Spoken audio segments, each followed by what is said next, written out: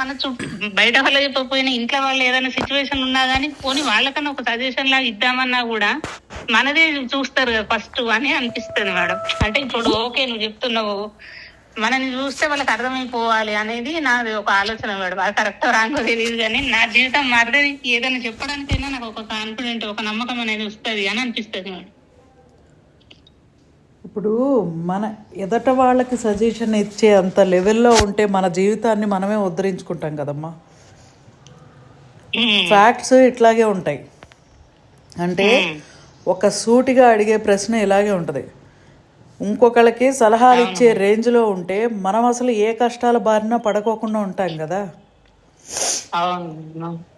అదే ఆలోచించండి.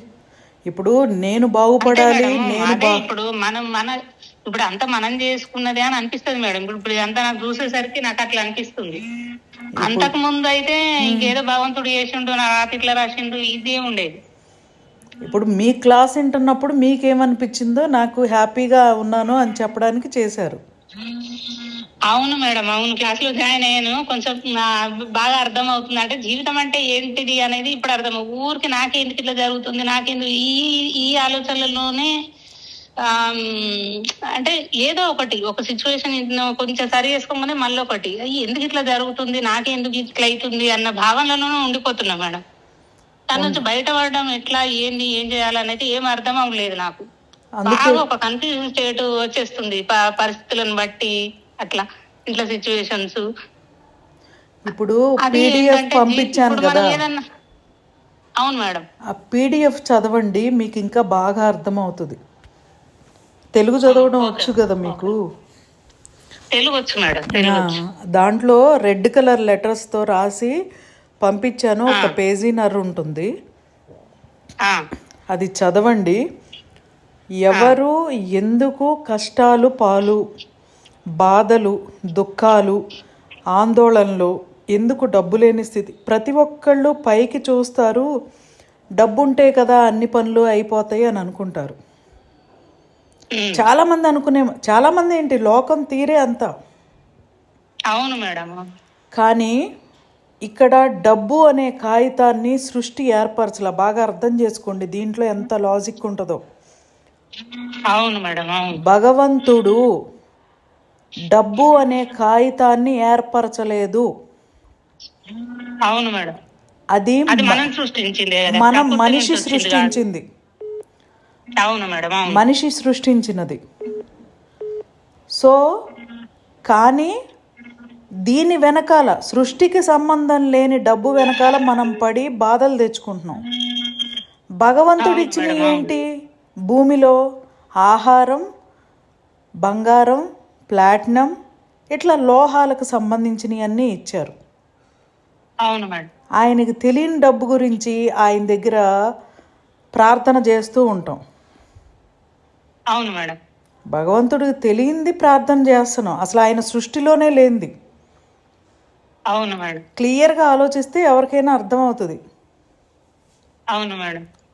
ఇక్కడ ఏంటంటే మనం ఎప్పుడు ఎలా కోరుకోవాలంటే ఎప్పుడు ఐశ్వర్యంగా వైభోగవంతంగా ఉన్నామని కోరుకోవాలి.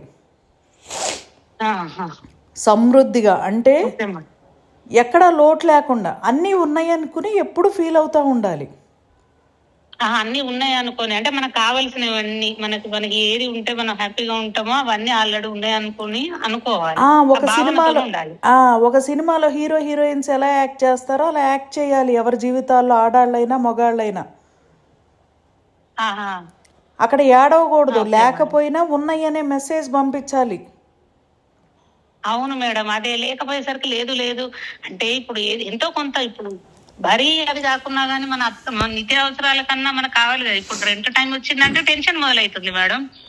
అట్లా నాకు అదొక భయం ఏర్పడుతుంది. దాని తర్వాత ఒక ఎట్లా దాని నుంచి ఒక టెన్షన్ మళ్ళా ఇట్లా అవుతుంది. నేను అనుకుంటున్నా సరేలే ఏదో ఒక టైంకు అట్లా చేద్దాము, చూద్దాము, ఏదో ఒక మార్గం ఉంటది, దొరుకుతుంది అని అనుకుంటున్నా. కానీ ఒక్కొక్కసారి ఆ టైం దాటిపోయినా కూడా 1 month 2 months అయినా కూడా నాకు ఏది ఇదిగా పోయేసరికి ఇది ఒక భయం ఏర్పడుతుంది మేడం. దాని ద్వారా ఇక్కడ చేయాల్సింది అదే. ఎంతసేపు అయినా ఎంతసేపు అయినా మనం ఏం చేస్తున్నాము అంటే బాధల్నే తలుచుకుంటా కూర్చుంటున్నాం. అది లేదు, ఇది లేదు, అది లేదు, ఇది కట్టాలి, అది కట్టాలి, వడ్డీ కట్టాలి, ఇట్లా మాట్లాడుతున్నారు. కానీ ఎప్పుడు ఎప్పుడు భగవంతుడికి ఈ విధంగా ప్రార్థన చేయట్లా. నేనెప్పుడు సమృద్ధిగా ఉన్నాను అంటే నా అంటే ఇక్కడ ఒక్కటి విషయం గ్రహించండి.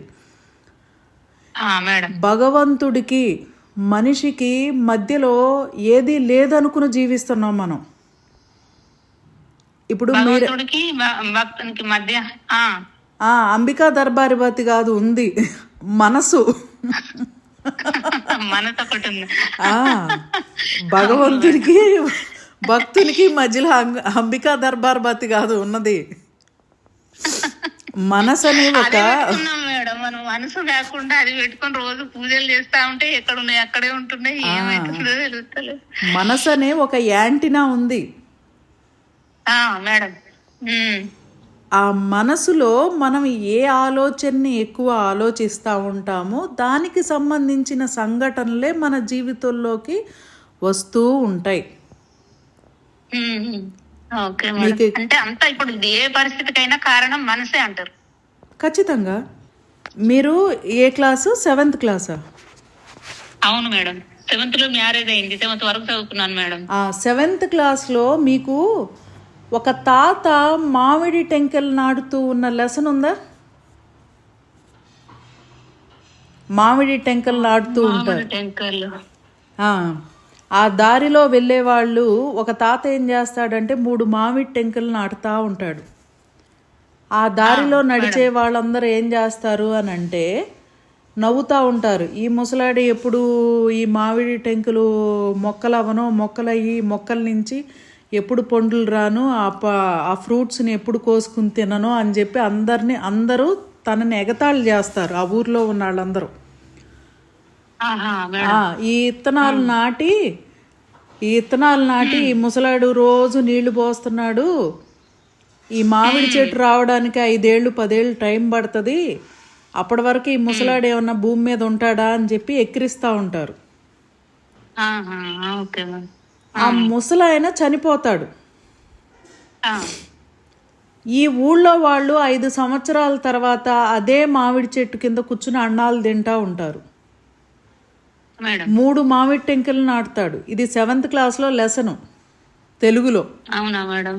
తెలుగులో మేడం నాకు వస్తలేదు మేడం గుర్తు. మరి అప్పుడు బుక్ లో ఉందో మరి లేదా నాకు. ఇక 20 ఏళ్ళు అయితే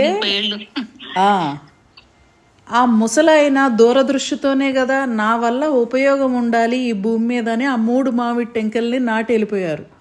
గోసిగట్టుకుని పిక్చర్ కూడా ఉంటది, గోసిగట్టుకుని పొలుగుతో భూమిని తవ్వుతా మామిడి టెంకులు పెడతాడనమాట. 3 మామిడి టెంకుల కథ అని ఉంటది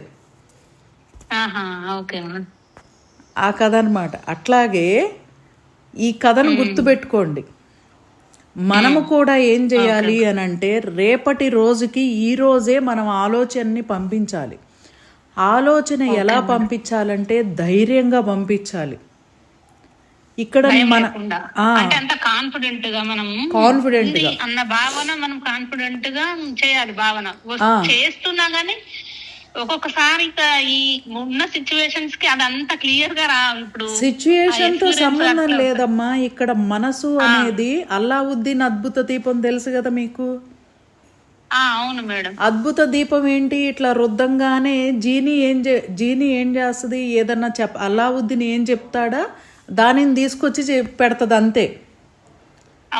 దానికి మంచి చెడు ఏమీ తెలియదు, జీనీకి ఏం తెలియదు. అల్లావుద్దీను ఇట్లా రుద్ది నాకు చేపను తీసుకురా, నాకు ఫ్రూట్స్ తీసుకురా, నాకు స్వీట్స్ తీసుకురా అని చెబితే అదే వింటది జీని.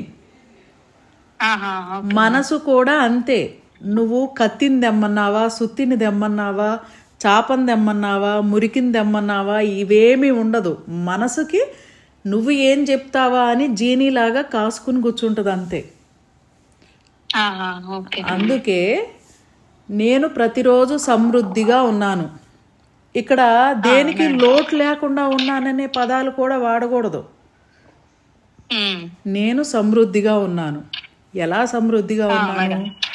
డబ్బు, సంపద, ఐశ్వర్యం, ఆయుష్, ఆరోగ్యం ప్రతిరోజు అన్ని వ్యాపకాలలో అభివృద్ధి చెందుతూ సంతోషంగా మనశ్శాంతితో ఉన్నాను. ఇందుకై ఈ సృష్టికి, ప్రకృతికి, అన్ని నిర్జీవరాశులకు హృదయపూర్వకంగా కృతజ్ఞతలు తెలుపుతున్నాను. ఇలా ప్రార్థన చేయాలి ఎవరైనా. ఎందుకంటే అప్పుడు మన మనసు వెంటనే మనల్ని క్వశ్చన్ చేస్తుంది, నీ ప్లేట్లో అన్నమే లేదు, నువ్వు సమృద్ధిగా ఉన్నావు అని ఎలా చెప్తావు అని చెప్పి. ఎందుకంటే ఒక నిమిషం ఇక్కడ వినండి, పూర్తిగా అని వెంటనే అడుగుతుంది. అది కూడా మనం ఇంతకు ముందు చెప్పిన వాళ్ళమే, నాకు లేదు లేదు లేదు అని. అవును మేడం. అక్కడ నా దగ్గర ఉంది, అన్నీ సమృద్ధిగా ఉన్నాయి, ఎప్పుడూ ఉన్నాయి, నా జీవితాంతం ఉంటాయి, నేనున్నంత కాలం ఉంటాయి అని అక్కడ బలంగా నమ్మించాలి మనసుని. అప్పుడు ఈ మనసు ఏం చేస్తుందంటే భగవంతుడితో చెప్తుంది, మనం నిద్రపోయేటప్పుడు జరిగే పని కార్యక్రమాలు ఇవే. ఈ సృష్టిలో ఉన్న ఆహారం కోరుకుంటున్నావా, డబ్బులు కోరుకుంటున్నావా, ఏమి కోరుకుంటున్నావా అని దానిని బట్టి అన్నిటినీ తీసుకొస్తుంది మీ ఇంట్లోకి. అలా ప్రతిరోజు యాక్ట్ చేయాల్సిందే రాత్రి నిద్రపోయేటప్పుడు. అదే ప్రార్థన అంటారు. నిద్రపోయేటప్పుడు ఇలా చెప్పుకుని నిద్రపోవాలి, నేను నా జీవితంలో అన్ని సమృద్ధిగా డబ్బు, సంపద, ఐశ్వర్యము, ఆరోగ్యము, ఆయుష్, మనశ్శాంతి, విజయములతో అన్ని వ్యాపకాలలో అభివృద్ధి చెందుతూ సమృద్ధిగా ఉంది నా జీవితం అంతా. ఇందుకై ఈ విశ్వమునకు నేను హృదయపూర్వకంగా కృతజ్ఞతలు చెప్తాను. ఇట్లా చెప్పుకుంటూ ఉండాలి, చెప్పుకుని యాక్ట్ చెయ్యాలి, సంతోషాన్ని వ్యక్తం చెయ్యాలి అక్కడ. అర్థమైందా మీకు? అది అలా యాక్ట్ చేయకపోతే ఇలా ఏడుస్తూనే ఉండాల్సి వస్తుంది. మీరని కాదు, నేను అందరి గురించి మాట్లాడుతున్నా. నెగిటివ్ ఆలోచనలే వస్తాయంటే మీరు అవే పంపిస్తున్నప్పుడు మీ బ్రెయిన్కి అవే తీసుకురాకుండా ఇంకా వేరే వాటిని తీసుకొస్తుందా చెప్పండి? దానికి తోడు ఈ సోషల్ మీడియాలో, యూట్యూబ్లో ఏ వీడియోలు పడితే ఆ వీడియోలు చూసేసి ఇంకా ఎక్కిచ్చేస్తున్నారు కదా. అవును మేడం.